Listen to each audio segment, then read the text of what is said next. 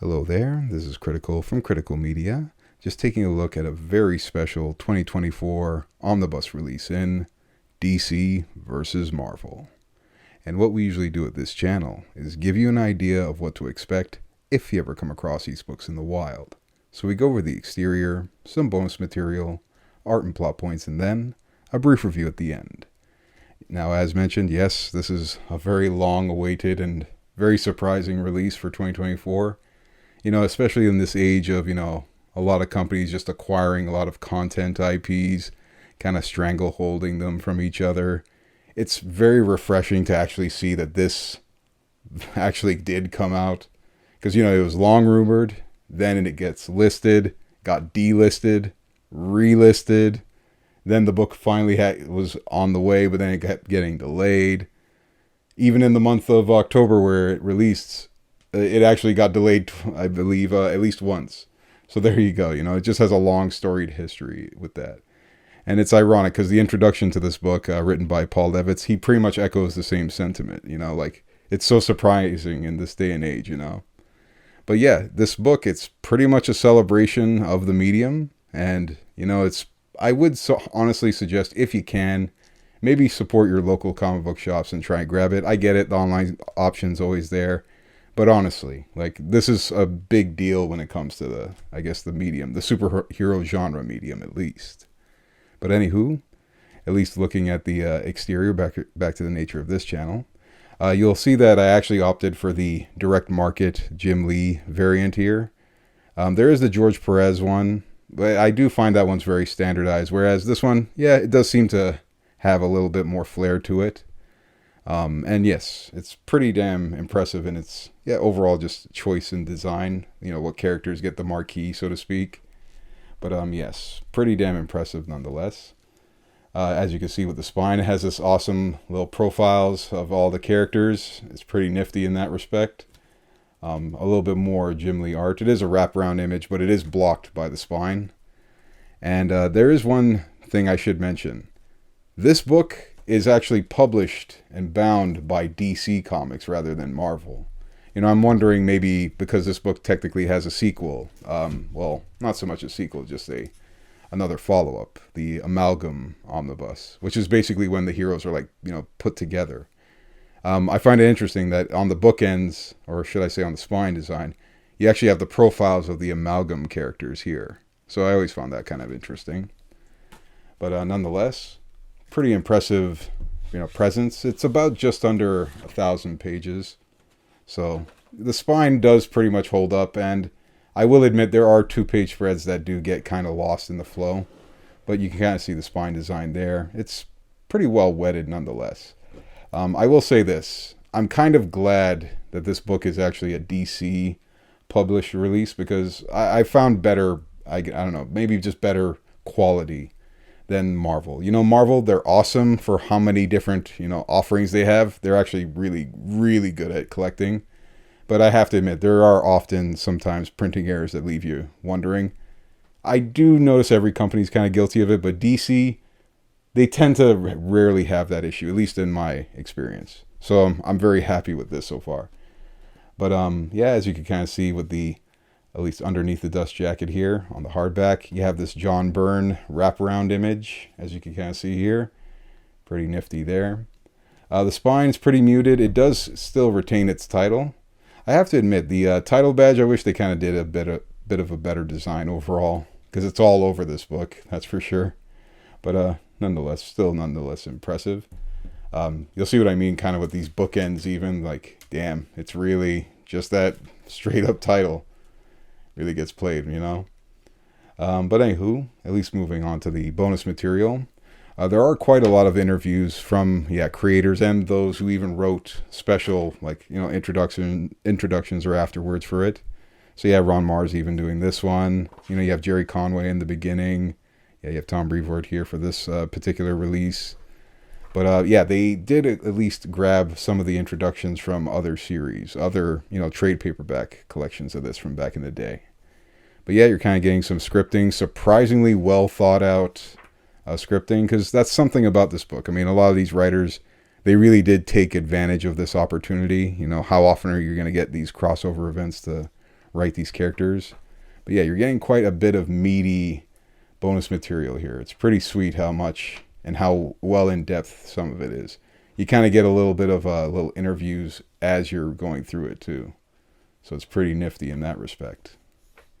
Oh man, I wish I could just flip to that one that I very much enjoyed. But yeah, just some other cover designs and from the previous trades.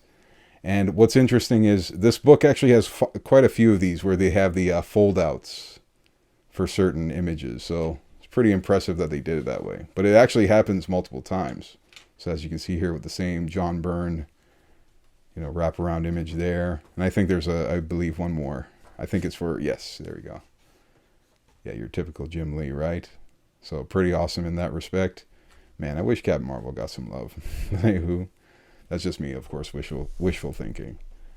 But anywho, now on to the, I guess, content. And you know what? Because this book does collect stories from 76 from the Superman, Spider-Man book all the way until the early 2000s. Yeah, I guess it is worth taking a look at the table of contents here.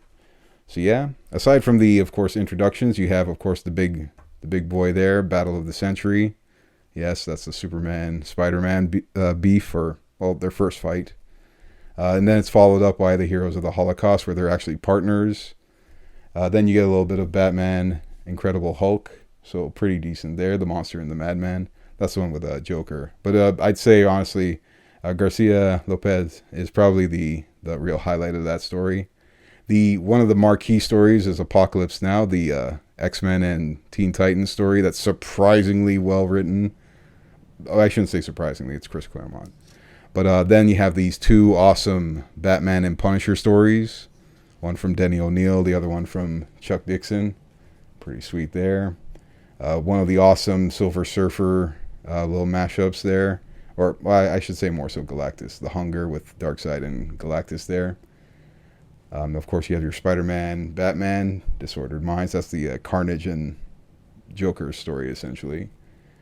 You have your Silver Surfer and Green Lantern. Honestly, not my biggest favorite, but it's all good. But yeah, followed up by the Silver Surfer Superman. I'm a sucker for Silver Surfer, so yeah, of course I'm going to like it. The very honorable Batman Captain America, that's that John Byrne. The Eye for an Eye. One of the few Daredevil, actually, yeah, there's a few Daredevil Batman mix-ups here. It's actually the one that's sandwiched in a unique place. And then you have your Batman, Spider-Man yet again. And yeah, it pretty much just wraps up with one of my favorite stories there, Superman, Fantastic Four. The double lies with Superman and the Hulk. And then the last story being, again, another Daredevil and Batman hookup. I actually like this one a lot, though, the final story. I like how this Omni's really wedded. Even though the books, the stories themselves are ultimately publication order, 1976 all the way to 2000, it actually flows surprisingly well, which is impressive. And here's that same Paul Levitt's introduction that pretty much echoes my sentiments. Yeah, surprising that it even came out. But yes, pretty much if we're just going to flip through, I can't show the whole shebang because there's so many different stories. But yeah, here's the Battle of the Century one, the one that you've probably seen the cover of many a time. Superman and Spider-Man's first meeting and their first beef, or the first time they ever kicked off. It's pretty impressive, and I love the way their fight goes across. I even like this line here where it's stunned more by the fact that the blow, of the blow than its force. I love that line. He's not even caring how hard it hit, more like surprise Spider-Man hit him. That's pretty much how that flow of that story goes. Pretty impressive. And I like the fact that, like I said, each author seemed to really give a lot more than they would for such these crazy ideas of these heroes mashing up. One thing I also appreciate about some of these stories is how little they care about why each of the heroes are in each other's universe. There's no portal or anything like that mentioned. It's just more so these characters just happening to be in the same neighborhood. That's how it feels. That's how it comes across, and it's awesome that way. But probably one of the highlights of this book, I'll kind of mention it like this, where there's stories that are marquee, and this one's highly marquee. This is the X-Men and Teen Titans story, and what I find interesting about this, it's written by Chris Claremont. As a matter of fact, I think you do get a little bit of an intro for it. This is from an old interview, but still very valid. And what I loved about this is that this is written just around the time of the Dark Phoenix story. Like, that was what was going on when this book was produced. And it's so interesting how well this story fits with what was going on with the whole Dark Phoenix thing. So, like, that storyline just wrapped up. Jean Grey was gone. So it kind of makes sense, especially the way this scene plays out, how well it does. It's perfect. And I guess it's highly benefited from the fact that, yeah, it's Chris Claremont, of all people. The guy who stewarded X-Men so well over the years. It makes sense that this book comes off so perfect. But man, such a banger. And probably one of the scariest ideas ever. Of all people, Phoenix with Darkseid. Jesus. Talk about scary. Just the thought of it, especially Dark Phoenix of all people. But man, what a crazy, awesome story. Speaking of which, we have one of my favorites here as well. Pretty much any time it was Batman Punisher, turned out to be an awesome series. And yes, this is the Denny O'Neil one, right? So super awesome. It takes place, of course, as you can see, just during like the Nightfall storyline. So this is Jean-Paul Valley Batman. And I like how that does get brought up. You know, that Denny O'Neil writes it pretty damn well, where he acknowledges what was going on in his, editorship of Batman at the time, while at the same time, like, having Punisher also recognize that something's a little off with Batman, not, the stories he's heard of. But nonetheless, I like how the story, it definitely feels more like a Punisher-focused story. I guess maybe the writers, Denny O'Neil and Chuck Dixon, they got more meat out of that character. At least they seem to give him the better lines, so to speak. And go figure, both stories involve Jigsaw, right? But yeah, in this case, yeah, it's just, I believe in this case, yeah, it's more so Punisher coming to Gotham, I guess in this case, because Jigsaw somehow found a way, a business deal to kind of benefit himself. You can kind of see the art by Kitson's pretty strong throughout, and yeah, you can't help but notice, does Punisher really start killing people left, right, and center? I don't know. This image has always been kind of suggestive to me. But nonetheless, that's just my own 2 cents on it. I'd say this one feels more like a perfectly well-tuned Punisher story. Just, minus the killing. That's pretty much how I take that one. But probably one of my favorite and major highlights of this book is this one. So this is the Punisher Batman, Dixon and Romita Jr. Romita Jr. went all out on this book. I love this one to death. I mean, you're getting even some graphic styles where, yeah, you kind of have to use the 2-page spread. As mentioned, it's not a deal breaker. This is almost midpoint of the book. You can kind of see how the gutter loss is there. It's still manageable. And honestly, this book, it does it twice, this particular story. It still doesn't hurt because Romita's art is still very prominent on one page, highly detailed. So it still uses that, real estate very well. And yeah, this is pretty much the other one. It's interesting. I flipped it perfectly. But yeah, you kind of see what I mean where, yeah, the gutter loss is enough to be a little bit of a bother, just a bit. But nonetheless, you're getting like striking art. And this is like the very strong movement by Romita Jr. at the time. So it just fits so well. Man, I love this story too. It's a perfect, I'd say this one was a better wedding of the Batman and Punisher storylines. Because honestly, like Punisher seems to get more of the shine in both stories, but this one seemed a bit more balanced. And, right up the alley. Like, yikes. Talk about brutal. Super awesome nonetheless. But yeah, at least throughout this book, I'm more so just going to highlight some of the more fine points. Like, yeah, here's the Batman, I guess Batman, Spider-Man. I thought that Carnage and Joker would be a better alliance, but honestly, it almost feels like Joker's just owns him a little too much. Joker seems to be way too much the alpha in their relationship, so I don't know, maybe it just took away a few points from this story for me. Because I always expect Carnage to be, living up to his name kind of thing. But nonetheless, yeah, you're just getting the Green Lantern, Silver Surfer, getting that Ron Lim one eventually, which is pretty sweet. You get this awesome John Byrne doing Batman and Captain America.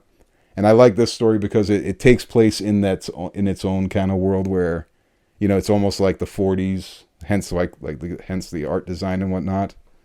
But I love how much this one fits. And yeah, John Byrne, he really tried to match that older aesthetic just to make sure the two characters kind of fit very well together. very on point. Oh yeah, you have your Scott McDaniel Daredevil Batman storyline here. Admittedly, this one's not my favorite too much, but yeah, I guess it can get on nonetheless. Thank goodness for the other Daredevil story though. Better art in my opinion. But yeah, just another Batman Spider-Man. Oh yeah, this is when they kind of like parallel Wilson Fisk's little relationship with Peter Parker's. I actually kind of appreciate that angle a little bit more. But yes, one of my favorites is this Superman Fantastic Four. So in this case, forgive me, Art Thibert, Thibert, excuse me, I always forget how to pronounce it. It's like a French sound to it, Thibert. It basically, one of my favorite parts of this book is the fact that Superman becomes like basically Galactus's herald. I just love that kind of dynamic. It's super awesome the way the whole story plays out. Yeah, this whole like silver designed one. Man, imagine just Superman already now imbued with the power cosmic. It's even more crazy to think about. And, you know, the whole moral dynamic of it all as well. Just definitely a nice little chef's kiss.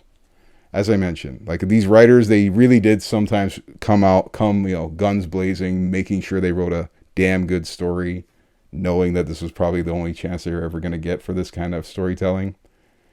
Man, pretty damn awesome. Oh yeah, this is the rude artwork. This is that Superman Hulk story. I like the art aesthetic in this because you can tell the artist is really trying to match like the old Kirby designs from back in the day. Yeah, like the old version of the Hulk with that huge eyebrow kind of cranium aspect going on. Pretty trippy nonetheless. But yes, and then pretty much it finishes off with, as mentioned, this Batman Daredevil story. This one I've liked a lot. This one I tend to remember more often. I think I remember this one when I was younger. But as usual, always starts off, I know a lot of these stories are very similar where it's the heroes kind of posturing against each other. You know, like they just can't accept the fact that, you know, both of them are alphas. But at least in this story, it almost feels a lot like what Jeff Loeb would borrow. Because it almost has the same opening to Batman Hush. Where Catwoman's just like grabbed some sort of briefcase and they're both after it at the same time for different reasons. It just fits very well. And who better to test the man without fear than the Scarecrow, right? So at least when they wrote this one, it was pretty on point. And Eduardo Barreto, he does the artwork on this. I remember him mainly from the Question run, or at least the final days of the Question. Super awesome. But yeah, this story, it's surprisingly very on point. I'd say it feels way more like a Daredevil story than a Batman story. And that's another thing I noticed, and maybe this is just my 2 cents. I find that almost every time it was a Batman-related story, the Marvel character got more spotlight than Batman did. Maybe it's just because Batman already is like the top dog in many ways, so they just wanted to give the Marvel character a little bit more shine. That's just my 2 cents on it, but it definitely works. I like how each story kind of fits very well. And these two, they're like a match made in heaven, Daredevil and Batman. It works out a lot better than you'd expect, that's for sure. But you know what? I often give a little brief review. You should probably get this book, I would say. I'd say this. If it is a celebration in the medium, yes. Are these the greatest stories ever told? I would say not really. But are there great stories in this book? Yes, nonetheless. But yes, from the iconic, Battle of the Century, my personal favorites are those Batman plus Punisher plus Daredevil stories. But that's just my 2 cents. And as always, near the end of these videos, I wouldn't mind hearing your 2 cents as well in the comments down below. Y'all folks take care and enjoy the rest of your day.